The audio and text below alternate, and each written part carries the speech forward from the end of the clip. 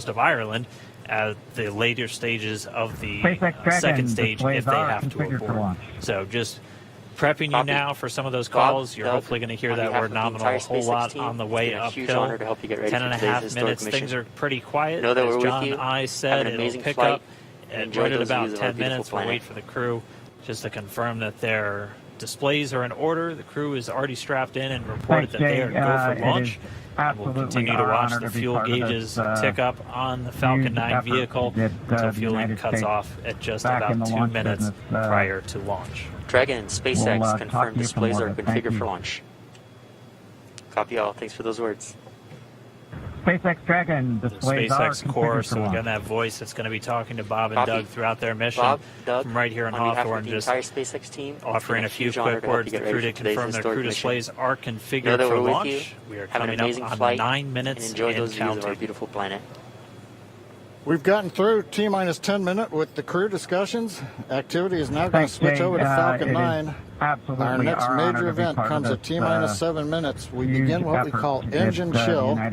Pre-valves will open. Those currently separate propellants on the first stage from getting down to the Merlin engines. We'll open the pre-valves. That'll allow fuel liquid oxygen to flow to the top of the pumps. SpaceX core, so again, And that more voice that's going to be talking to Bob and Doug throughout their mission from right here in Hawthorne, just chilling the offering a 9 few quick Merlin words. 1D The crew to turbocumps confirm their on the crew first displays stage are engine. configured for It'll launch. take a few minutes to get them cold enough to where they would then be ready to pass the large amounts of liquid oxygen. We've gotten through T-minus 10 minutes with the crew discussions.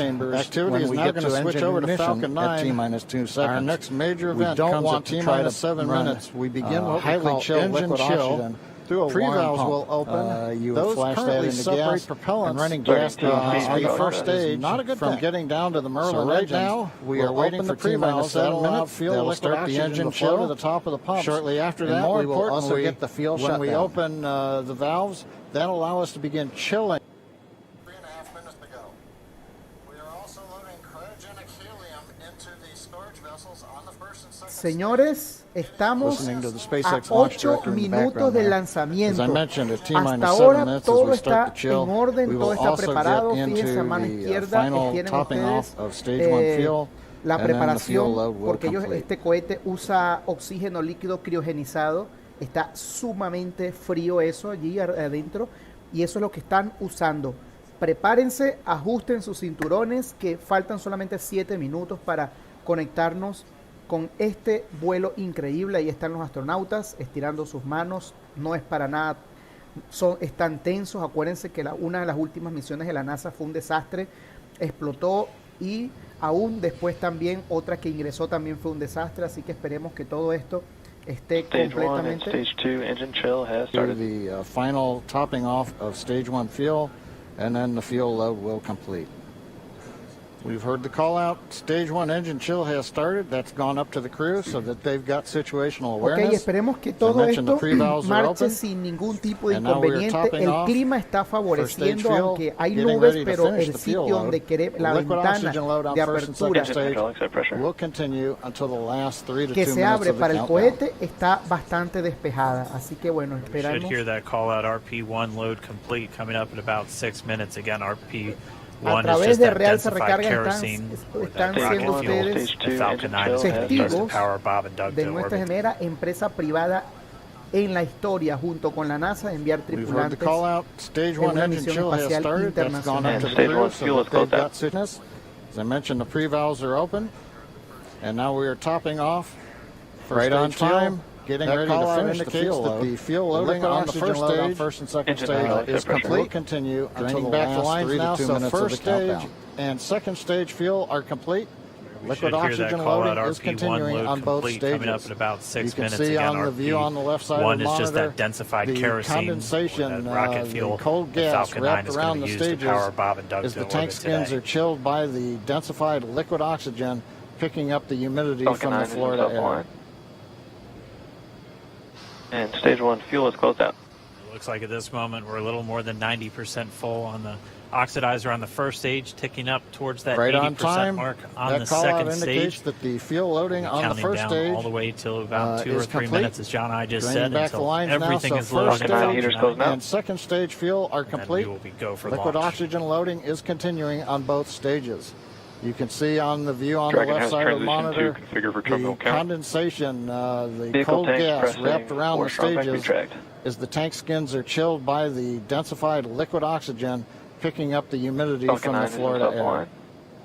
We're pressurizing the Falcon 9 tanks. We're going to open the clamp arm around the second stage. We're a little more than 90% and begin to retract the strongback. Oxidizer on the first stage, ticking up towards that 80% we'll move back mark on the 2 second degrees. stage. That'll get us to the liftoff position down all the way till about 2 or 3 minutes, as John and I just said, until everything is loaded. Falcon 9 heaters closing out.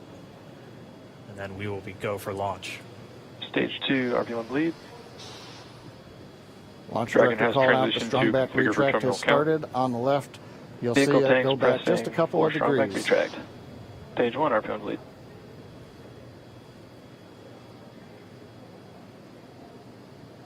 We're pressurizing the Falcon 9 tanks. We're going to open the clamp arm around the second stage and begin to retract the strong back.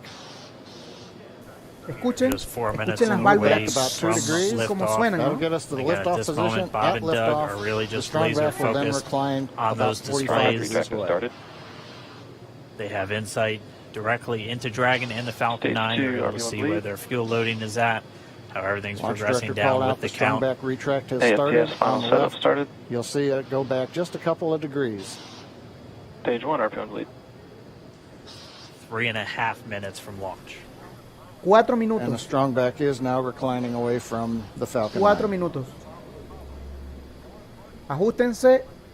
4 minutos para el lanzamiento. We're just 4 minutes away from liftoff. Again, at this moment, Sin Bob and Doug precedentes. are really just Y lo laser estamos viendo a focused través on de those Realza displays. Regalas.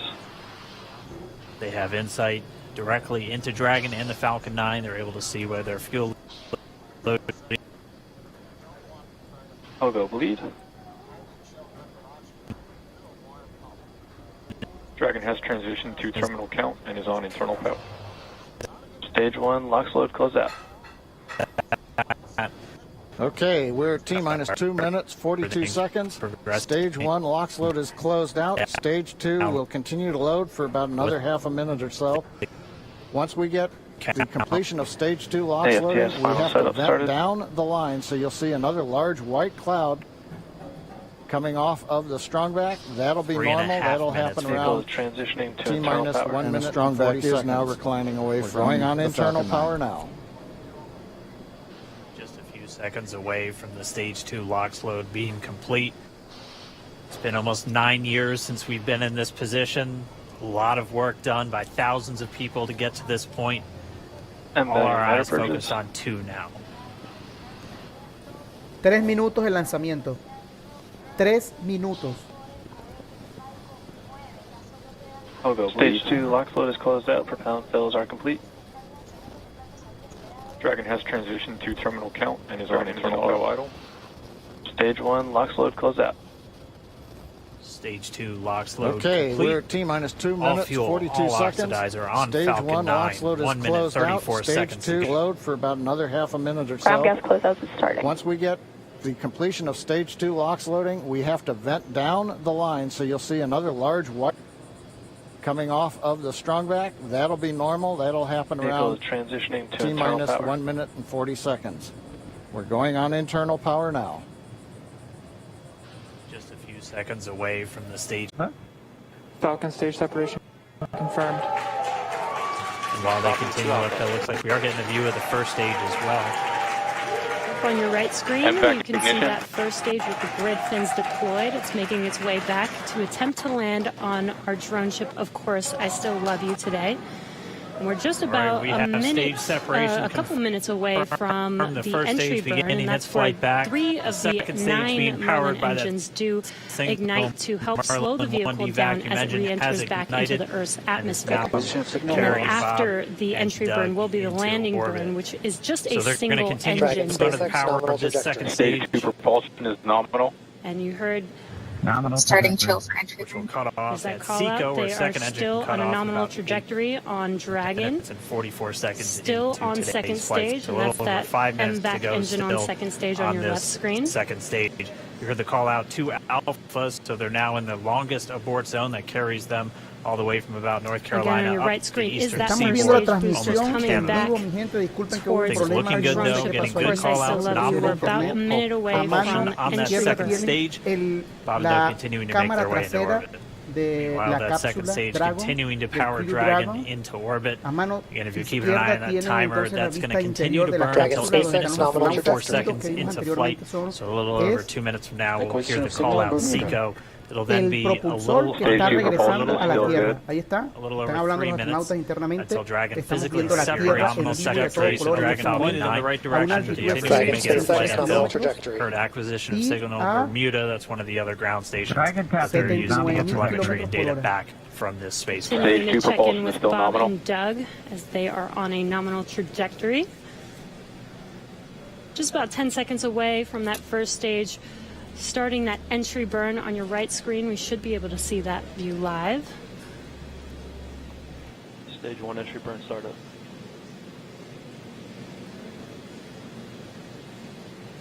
And there is that entry burn beginning. This burn lasts about 36 seconds long. Stage 2 FTS is saved. A little over 4 minutes, 40 seconds into the flight.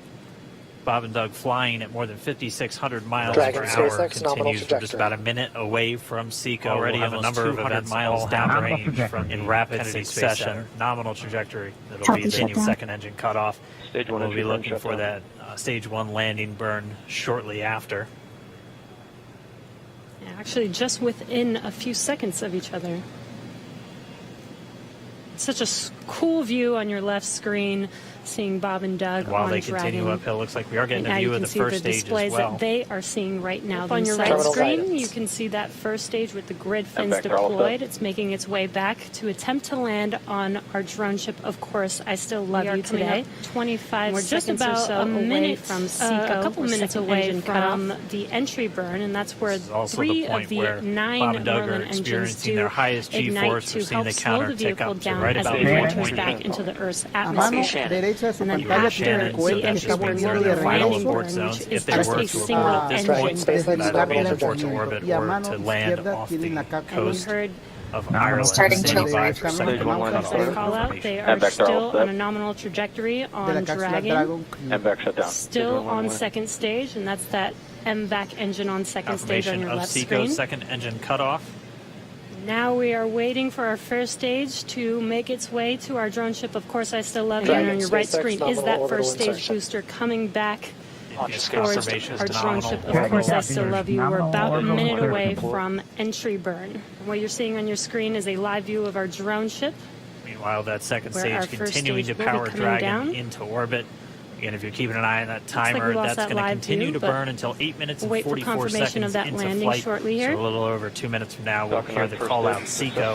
And there you can see on your screen, Falcon 9 has a little over landed. 3 minutes. This is the first Falcon 9 to carry humans to orbit, so very exciting for us. Second stage of the Falcon 9. And as you can see on your right screen, Bob and Doug are still making their way to their targeted orbit. M1D to recovery 1. So exciting today. It doesn't stop. It does not stop. All right, we did hear again that call out good orbital insertion, so that means they are on a Falcon 9 and Dragon right now exactly where they're supposed to be. Just about 10 seconds away from that first and it's right at about 12 minutes when Dragon will separate. On your right screen, looks like we saw a zero-G indicator floating around there. I know Bob and Doug owe us a little bit about what exactly that is that they brought up with them.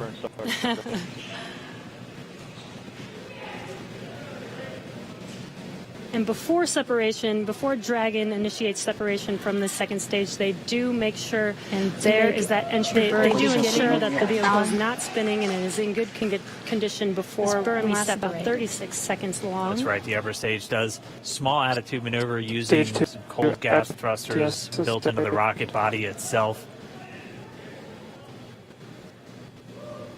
Exactly. So we do expect that separation to occur in about a minute from now, but they do wait until they have full confirmation that it is ready to separate. Continues. We're just about a minute away from SECO. We'll have a number of such cool views. I cannot get over this view that we are seeing right now. Bob and Doug on the right screen, inside of Crew Dragon, out in space. Second engine cut off. Yeah, already 200 kilometers over planet Earth. Stage 1 landing, a little over 124 miles after traveling in excess of 2,700 meters. 27,000 meters per second. In a few seconds about 16,000 miles per hour. Such a cool view on your left screen. We're just standing by. That separation event should be coming up shortly. And they'll begin a series of checks on the Draco thrusters that are going to be used to maneuver and then power Dragon on its flight to the International Space Station. Standing by for separation. Expected loss of signal, walls. It sounds like we had an expected We are LOS loss of signal 25 with one of the seconds or ground so stations. away from Seco. Estamos viendo cómo está volviendo Waiting el for cohete. confirmation now of that. Dragon That's also separation the point confirmed. where Dragon's are experiencing their highest There is G-force a and great they counter view take right up in to front right of about you. 1.1. Dragon separating. Shannon. You heard Shannon, so And that there's just means that they're in their call final out. abort zones. If Dragon is they now were to abort officially at this making its point, way to the that would be an International abort Space to Station orbit today. or to land off the Dragon SpaceX with that separation call. We have a few words for you from our Falcon 19. standing by for second one line of startup confirmation. Standing by. Dragon, Chief Engineer on Dragon to Ground. Bob Doug, on behalf of the entire launch team, thanks for flying with Falcon 9 today. We hope you enjoyed the ride second and wish engine you a cut great off. mission. Now we are waiting for our first stage to make Thanks, its Bala. Congratulations to you and the way to our F-9 drone team ship. for Of the course, I first still love you. human ride for Falcon 9. And it was Ahí ven incredible. cómo está llegando Appreciate el all the hard Falcon work and 9. thanks for the great ride. What you're seeing on your screen is a live view of our drone ship. Proud of where you our guys first and the stage rest will of the be coming team. down. Thank you so much for what you've done for us Looks like we today, lost that putting live view, America but back into low we'll Earth wait for orbit confirmation of that landing shortly here. Falcon 9 Ahí copy. llegó. Good luck, successfully landed And aboard there you can Force see Vessel on your screen, Falcon 9 has landed. This is the first Falcon 9 to carry All right, so humans Bob to and Doug orbit, are so in very space. exciting for SpaceX, us. we confirm nominal equals activation and service And section as you Draco can see on your checkouts. right screen, Bob Nose and cone deploys Doug in are progress. still making their way Copy all. to We're their monitoring. targeted orbit. The Corps here in Hawthorne giving the crew a heads up So that exciting we today. have confirmation the nose cone is deploying, so again that nose cone is So Dragon is now officially, as you can see, we have lost some live signal there, but the mission still continues, and we're going to send it over to KSC to continue broadcasting live with you. Dragon SpaceX with that separation Yeah, call. Jesse and Dan, we are just in awe over here. I woke up this morning and looked at the weather forecast. I was like, man, we're going to be back here on Sunday, but we did it. The room cleared out. Everybody was outside watching, and inside the lights were shaking, the cameras were shaking. Lauren came back in with tears in her eyes. Dragon, Chief Engineer on Dragon to Ground. Copy. Bob As Doug, on you just behalf of heard, the the entire crew is launch arming team, the launch thanks for escape flying system. That with is one of Falcon 9 today. the We absolute hope you last enjoyed the ride big and milestones wish you prior to liftoff, other than nominal great mission. Falcon operations. all happen in rapid succession. Thanks, Bala. Congratulations to you and the F-9 team for the first human ride for Falcon 9. And it was incredible. Appreciate all the hard work, and thanks for the great ride to space. Copy all. And proud of you guys and the rest of the team. Thank you so much for what you've done for us today, putting America back into low Earth orbit from the Florida coast. American soil, showing you what Americans can do when we come together as a team and blast Doug and Bob off to the cosmos. This is what it's all about, and their families and everyone is working together to. All right, so Bob and Doug are in Dragon space. Now, and you were with the president and the vice president. Confirm nominal America's equals back, activation. launching human Service astronauts section again. Draco Tell me how you checkouts. feel about Nose that, cone deploys in and tell me progress. about the president watching the launch and what happened there. So this has been a long time coming. It's been 9 years since we've launched American astronauts on American rockets from American soil, and now it's done. That we have confirmation the nose cone is deploying, so again that nose cone is going to open up a little bit more than 90 degrees, goes up to about I think 105 degrees, he fought hard and that's for this program at a time when it didn't get any the support actual in Congress. docking ring and the hatch we that now they're going have to be an going through once they attach to the International Space Station, and also 4 of those Draco thrusters become the forward bulkhead thrusters. They're going to be used for these major phase burns or firings of those thrusters to actually raise their orbit gradually over the coming hours.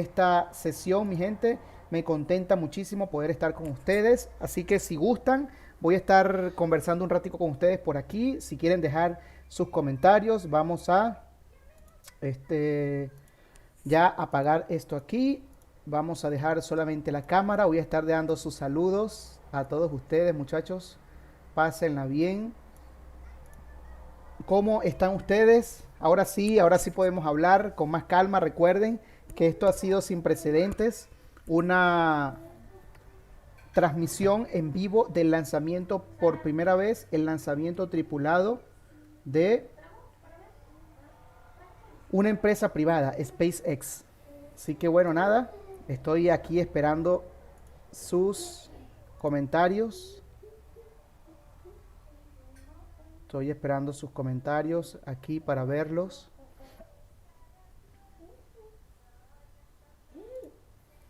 Ok, es que miren, es que está súper genial, está súper hermoso. Hay una especie de lag con respecto a la transmisión original y la transmisión que estamos haciendo nosotros aquí, pero está súper genial, muchachos. A ver, quiero ver sus comentarios. ¿Dónde están los comentarios? Un saludo para Darius, un saludo para John, para Apolo 95, para Julio Maza, Jesús Sáenz, Dad, Chila Videos, para Da H y otros que estuvieron con nosotros en esta transmisión. Quiero darles un saludo para todos ustedes. Sin duda, ha sido una transmisión excelente, donde he compartido con ustedes esta experiencia de ver en vivo este lanzamiento. Súper genial. Y bueno, con respecto a lo que estamos trabajando en la academia, ya la academia está agarrando cuerpo, ya está bastante adelantado. Pronto voy a estar haciendo transmisiones con profesores que se van a integrar a la academia. Y obviamente quiero darles una noticia que para la próxima semana hay una transmisión con una profesora o con una científica de datos. No voy a decir nada, no voy a dar ningún tipo de spoiler, pero una científica de datos donde va a estar todo este tema con ustedes, muchachos, para hablar de esto, y va a estar súper genial. Muy bien, vamos a poner por aquí. Ok, alguna pregunta que tengan por allí ustedes para responderles aquí antes de despedirnos. Una pregunta antes de despedirnos. Un saludo para todos aquellos que se van a conectar luego de esta transmisión. Ha estado súper genial. Muy bien. Dejen sus saludos aquí. Esta semana vienen más videos. Como les digo, para la semana que viene vamos a hacer una transmisión con una científica de datos que trabaja en cuanto a la inteligencia artificial, y se las voy a traer a todos ustedes aquí.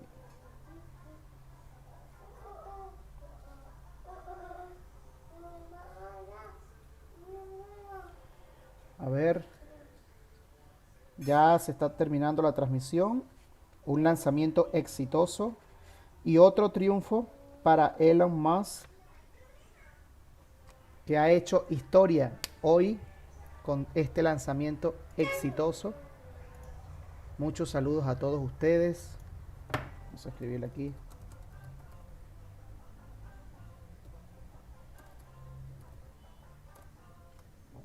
Muchos saludos. Espero pasarla bien en los próximos días. Ok, vamos a ver. Aquí tenemos a este señor hablando, pero que realmente no nos interesa mucho. Lo que quiero es que vean unas imágenes al final que están bien chidas en lo que este señor termine de hablar. Bastante buenas de esto, ¿no? Y bueno, díganme, ¿qué les ha parecido los últimos videos de Chiples en el canal? Dejen por aquí su comentario, ¿qué les han parecido los últimos videos de Chiples? han aprendido. Fíjense que es bastante bien. Algunos me están preguntando dónde puedo comprar la llave. Escríbanme a mí al privado para yo ofrecerles este tema, y obviamente con toda la garantía posible. Los medios de pago que tenemos son solamente PayPal y RTM, para que tengan en cuenta que solamente tenemos esos medios de pago disponibles, PayPal y RTM. ¿Qué otra cosa tenemos por aquí?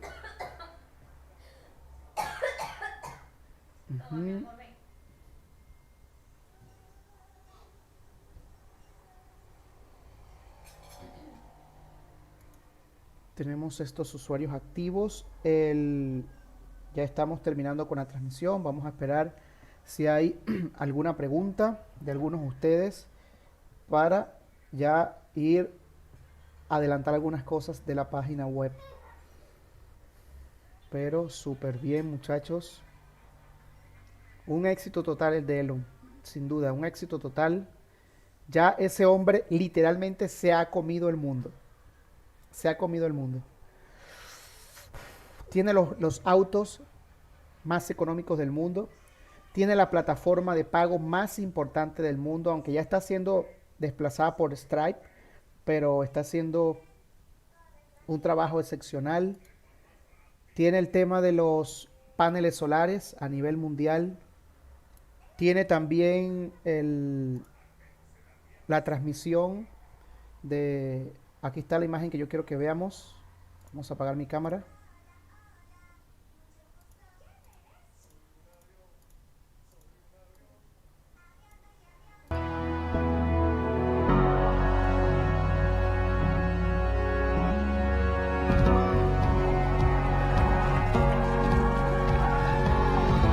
Esas fueron las pistas previas del lanzamiento. Súper genial. Impresionante. Los felicito a todos los que estuvieron conmigo en este lanzamiento histórico, donde realmente se está comiendo el mundo como la empresa privada que no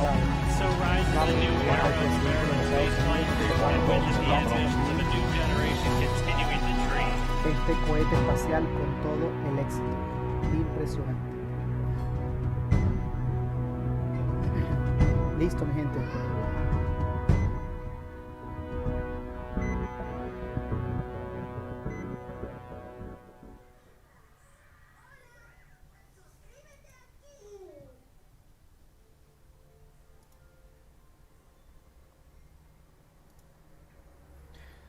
Bueno, esto es todo por esta transmisión. Espero que la hayan pasado súper genial, que hayan aprendido de lo que es este tema de la carrera espacial.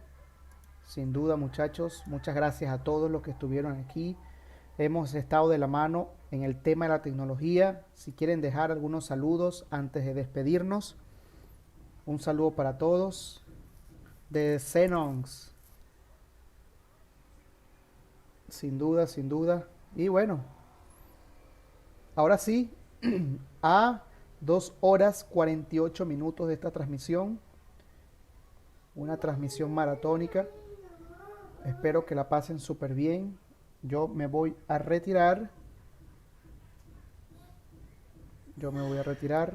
Pasen una feliz tarde, mis gentes. Un abrazo desde aquí, desde esta trinchera, desde Lima, Perú, para toda Latinoamérica y el mundo. Y un aplauso para Elon Musk y SpaceX por adueñarse literalmente de la NASA. Y el próximo paso es Marte, porque ya de ahora en adelante ya van a estar mandando personas, van y vienen como si nada. Van a estar mandando personas cada momento. Pero ahora toca Marte. Y nos vemos en una próxima transmisión para ver si nosotros, en nuestra generación, Elon Musk va a poner personas en Marte. Así que un saludo, gracias a todos los que estuvieron aquí conmigo y un abrazo de este servidor, Realza Recargas, Wilson Realza, mi persona. Chao, chao, hasta una próxima oportunidad. Se les quiere. Chao, mi gente.